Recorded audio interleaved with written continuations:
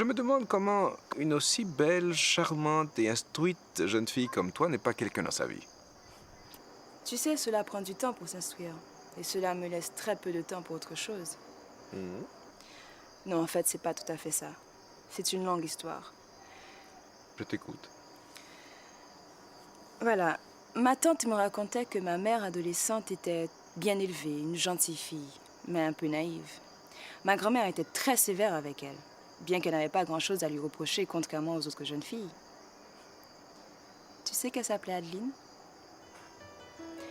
Mais elle avait des amis pas très catholiques, comme on dit. Et un jour...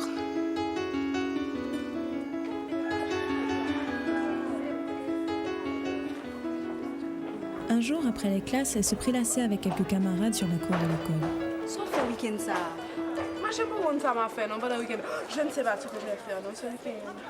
Ah, Je vais laisser passer la cour, mes chers élèves.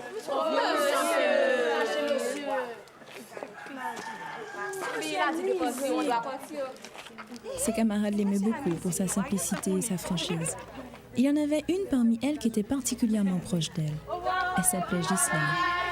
C'était la fofolle du groupe. là, on va diriger comme ça, je me sens léger. Ça, on est encore content comme ça, je dis. On est pour régler un bagage. Eh, mesdames, connaissez-moi là.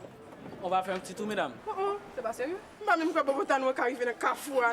On a les clients, on fait intéressant là. On est là à pied là, on va faire intéressant. On d'abord rouler, on va faire intéressant. Bye bye.